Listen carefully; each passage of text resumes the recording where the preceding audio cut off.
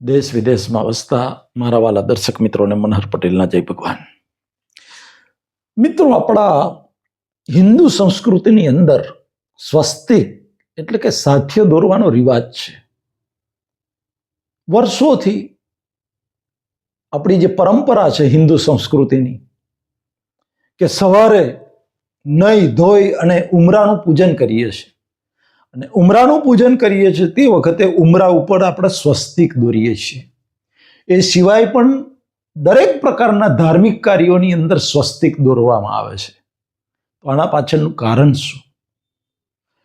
કોઈ દિવસ આપણે વિચાર કર્યો છે કે સ્વસ્તિકના 4 આરા હોય છે? કેમ 3 નહીં, કેમ 5 નહીં ને 4 આરા જ કેમ? અને 4 આરાની ચકરડી, એક દિશામાં ચક્ર ફરતું હોય એ રીતે ચકરડી બનાવવામાં આવે છે. આનું નામ સ્વસ્તિક. સાથીઓ મિત્રો, એની પાછળ બહુ મોટું લોજિક છે, એની પાછળ બહુ મોટો તર્ક છે. આ એફએઝેડ એમને એમ નથી આ સ્વસ્તિકનું ચિહ્ન બન્યું. ઉમરા ઉપર આપણે જ્યારે સ્વસ્તિક દોરીએ છીએ રોજ સવારે, ઉમરાને સાફ કરી ધોઈ અને બંને બાજુ સ્વસ્તિક આપણે દોરવાનો આપણામાં રિવાજ છે. હવે દોરે છે કે નથી દોરતા એ ખબર નહીં, પણ આપણા પૂર્વજો, આપણા બાપ દાદાથી આ રિવાજ ચાલતો આવે છે. મિત્રો, સ્વસ્તિકના 4 આરા એ 4 ગતિનું વર્ણન કરે છે. 4 ગતિનું પ્રતીક છે. મનુષ્ય ગતિ, જાનવર ગતિ, દેવ ગતિ અને નર્ક ગતિ. આ 4 આરા એ 4 ગતિનું પ્રતીક છે. ઉમરા ઉપર સાથીઓ એટલા માટે દોરવામાં આવે છે કે જ્યારે હું ઘરની બહાર નીકળું ત્યારે સાથિયાના દર્શન કરી અને મારા મગજની અંદર એક તર્ક ઊભો થવો જોઈએ, એક વિચાર ઊભો થવો જોઈએ કે અનંત અવતારથી આપણે બધા આ 4 ગતિની ચકરડીમાં ગોળ ગોળ ગોળ ગોળ ગોળ ફરીએ છીએ. આ 4 ગતિની ચકરડીમાંથી છૂટવા માટેનું કર્મ જ્યારે હું ઉમરો ઓળંગીને ઘરની બહાર નીકળું ત્યારે સાથિયાના દર્શન કરીને અંદર એવો ભાવ ઊભો થવો જોઈએ કે હું બહાર સમાજની અંદર, ઘરની બહાર નીકળીશ ત્યારે એવા કર્મો કરીશ, એવું જીવન જીવીશ કે મારા હાથે કોઈ ખોટું કાર્ય ના થાય, મારા હાથે સુપર હ્યુમનનું, મુક્તિનું કાર્ય થાય અને 4 ગતિની ચકરડીમાંથી હું છૂટી શકું, એવું મારું જીવન, હું મુક્તિને પામું, બંધનમાંથી મુક્ત થવું, મોક્ષને પામું.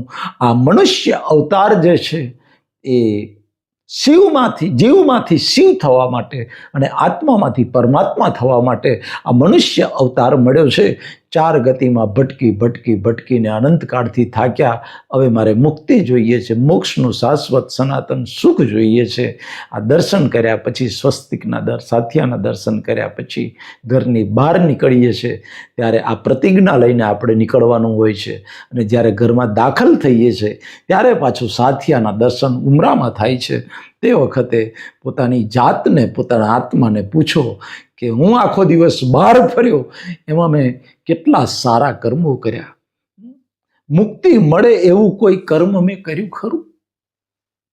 મેં કેટલાના ગળા કાપ્યા, મેં કેટલાના ગળા પર છરી ફેરવી, મેં કેટલાની આતરડી કકડાઈ, કેટલાને દુઃખી કર્યા? એ સ્વસ્તિકને જોઈ અને મનમાં વિચાર ઊભો થવો જોઈએ, ભાવ ઊભો થવો જોઈએ. આજે મારા હાથે કોઈની આતરડી ઠરી છે, કોઈનું દુઃખ દૂર થયું છે, મેં હ્યુમન અને સુપર હ્યુમનના કર્મો કર્યા છે. 4 ચકરડીમાં ફરવું પડે એવા કર્મો મેં નથી કર્યા. આટલા માટે મિત્રો, આરતી ઉતારીએ ત્યારે પણ સ્વસ્તિક હોય છે. કોઈ પણ શુભ કાર્યમાં સ્વસ્તિક હોય છે. એ બતાવે છે કે આ મનુષ્ય અવતાર મળ્યા પછી અનંતકાળથી આપણે 4 ગતિની ચકરડીમાં ફરતા ફરતા ફરતા ફરતા જન્મ મરણમાં ફરતા ફરતા આવ્યા છીએ. પણ આ મનુષ્ય અવતાર મળ્યો છે તો આ ભવની અંદર એ 4 ગતિની ચકરડીમાંથી છૂટી જાય અને વચમાં જે મોક્ષ છે એ મોક્ષ મેળવવાના કર્મો કરું, મોક્ષ મેળવવા માટે હું આધ્યાત્મિકતાના રસ્તા ઉપર ચાલું, સત્સંગના રસ્તા પર ચાલું, ભગવદ્ ગીતાનું જ્ઞાન મેળવું. અર્જુન જનક રાજાને જેવી રીતે મોક્ષને પામ્યા એવી રીતે એવા કર્મો કરી અને હું પણ એવા જ્ઞાનને મેળવી હું પણ મોક્ષને પામું અને ચાર ગતિની ચક્રડીમાંથી છૂટી જાઉં. આવું મહાન લોજિક સાથિયાની પાછળ રહેલું છે મિત્રો. પરમપિતા પરમાત્મા મારા વાલા દર્શકોને લાભ, નિરોગી આયુષ્ય આપે, હૃદયથી પ્રાર્થના. મનહર પટેલના જય ભારત, જય હિન્દ, જય ગુજરાત.